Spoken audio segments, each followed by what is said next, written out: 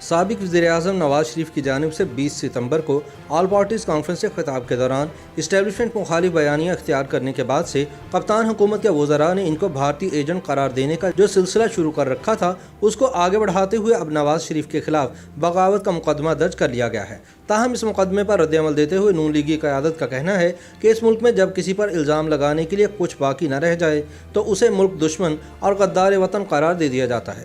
حالانکہ غداری کا الزام آج کے دور میں اپوزیشن کے سیاستدانوں کے لیے کسی میڈل سے کم نہیں۔ تاہم یہ پہلا موقع نہیں کہ کسی سابق پاکستانی وزیر اعظم کو حکومت کی جانب سے غدار قرار دیا گیا ہے۔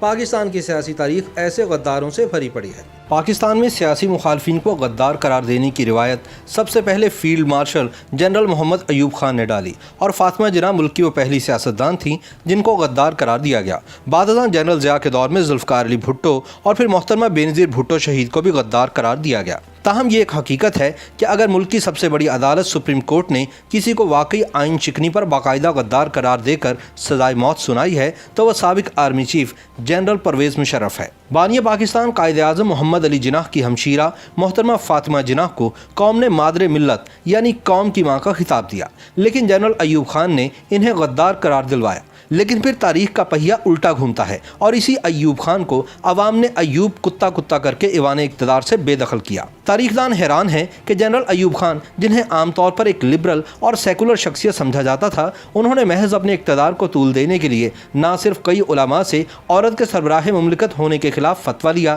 بلکہ اپنے گماشتوں کے ذریعے انہیں غدار بھی قرار دلوایا۔ لیکن انہیں شاید معلوم نہیں کہ غداری کا فیصلہ خفیہ ادارے نہیں بلکہ تاریخ کرتی ہے۔ پاکستان میں مخالف سیاسی قیادت پر غداری اور امریکہ اور بھارت کا ایجنٹ ہونے کے الزامات عائد کرنے کی ایک تاریخ ہے۔ لگ بھگ قیام پاکستان سے ہی یہ سلسلہ شروع ہوا جو آج دن تک جاری ہے۔ اس دوران کیسے کیسے محب وطن لوگوں پر دشمن کا ایجنٹ ہونے کا الزام لگایا گیا، اس بات کا اندازہ یوں لگایا جا سکتا ہے کہ قائد اعظم محمد علی جناح کی ہمشیرہ مادر ملت محترمہ فاطمہ جناح بھی اس الزام سے محفوظ نہ رہ سکیں۔ ٹائم میگزین کی سن 1964 کی ایک رپورٹ میں بتایا گیا ہے کہ کس طرح صدارتی انتخابات میں اقتدار کی خاطر ایوب خان نے محترمہ فاطمہ جناح کو امریکہ اور بھارت کا ایجنٹ قرار دے کر عوام کو ان سے بد دل کرنے کی کوشش کی تھی۔ جب 71 سالہ محترمہ فاطمہ جناح پر ایوب خان نے بھارت اور امریکہ کا ایجنٹ ہونے کا الزام عائد کیا تو پورے پاکستان میں عوام بالخصوص طلباء نے مظاہرے کرنا شروع کر دیے۔ پاکستان کے شہری ایوب خان کی آمریت پر پہلے ہی برہم تھے، اس پر ایوب خان کی طرف سے محترمہ کے خلاف ایسے الفاظ استعمال کرنے پر وہ مزید مشتعل ہو گئے۔ کراچی میں ایسے ہی ایک احتجاجی مظاہرے پر پولیس کے تشدد سے ایک شخص کی موت بھی واقع ہو گئی تھی۔ دراصل ایوب خان کو یہ خوف لاحق تھا کہ وہ محترمہ فاطمہ جناح کے مقابلے میں صدارتی الیکشن کبھی نہیں جیت پائیں گے، اور ان کا یہ خوف درست بھی تھا۔ چنانچہ جب قائد کی ہمشیرہ پر غداری کی تہمت بھی کام نہ آئی تو الیکشن میں دھاندلی کا منصوبہ بنایا گیا، اور پھر جو ہوا وہ پاکستان کی سیاسی تاریخ پر آج بھی ایک بدنما دھبے کی صورت میں موجود ہے۔ تاہم سوچنے کی بات یہ ہے کہ جنرل ایوب خان کی آشیرواد سے بندوق والوں نے محترمہ فاطمہ جناح پر غداری کا الزام لگاتے ہوئے یہ بھی خیال نہ کیا کہ قوم کی یہ ماں بانی پاکستان قائد اعظم محمد علی جناح کی سگی بہن ہے، جنہوں نے اپنے بھائی کے ہمراہ تحریک پاکستان میں بھرپور حصہ لیا تھا۔ فاطمہ جناح کا قصور صرف اتنا تھا کہ جب فوجی آمر جنرل ایوب خان نے جمہوریت کو ختم کیا تو فاطمہ جناح نے بندوق والوں کی طاقت کو للکارا، اور جب عوامی مطالبے پر جنرل ایوب خان کے مقابلے پر صدارتی الیکشن لڑنے کا اعلان کیا تو ظالم ڈکٹیٹر نے انہیں بھارتی ایجنٹ اور غدار قرار دے ڈالا۔ یہ ناقابل تردید حقیقت ہے کہ صدارتی الیکشن میں ایوب خان کا پالا فاطمہ جناح سے پڑا تو وہ ان کی عوامی پذیرائی سے گھبرا گئے۔ ایوب خان نے فاطمہ جناح کے بارے میں نازیبا زبان استعمال کرنے سے بھی گریز نہ کیا۔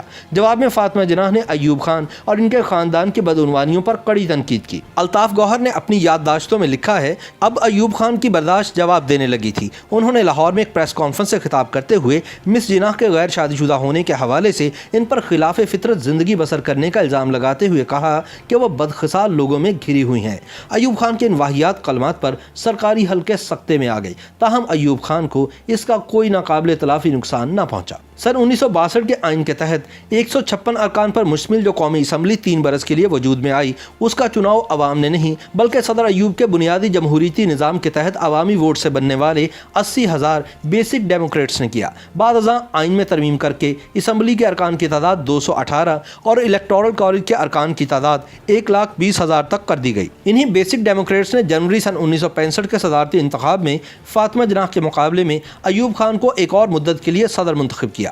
یاد رہے کہ ایوب خان اس دور میں مسلم لیگ کنونشن کے حمایت یافتہ تھے، جبکہ فاطمہ جناح کی حمایت کمبائنڈ اپوزیشن پارٹیز نامی 5 جماعتی اتحاد کر رہا تھا۔ الیکشن کمیشن نے صدارتی انتخاب کے لیے 1 ماہ کی انتخابی مہم چلانے کی اجازت دی، لیکن جب اسٹیبلشمنٹ کو احساس ہوا کہ عام لوگ محترمہ فاطمہ جناح کو سننے کے لیے جوک در جوک آ رہے ہیں، تو پھر الیکشن کمیشن نے ہر فریق کے لیے زیادہ سے زیادہ 9 پروجیکشن میٹنگ منعقد کرنے کی حد لگا دی، جن میں صرف الیکٹورل کالج کے بیسک ڈیموکریٹس یا صحافی ہی شریک ہو سکتے تھے۔ عوام کو ان اجلاسوں میں آنے کی ممانعت تھی۔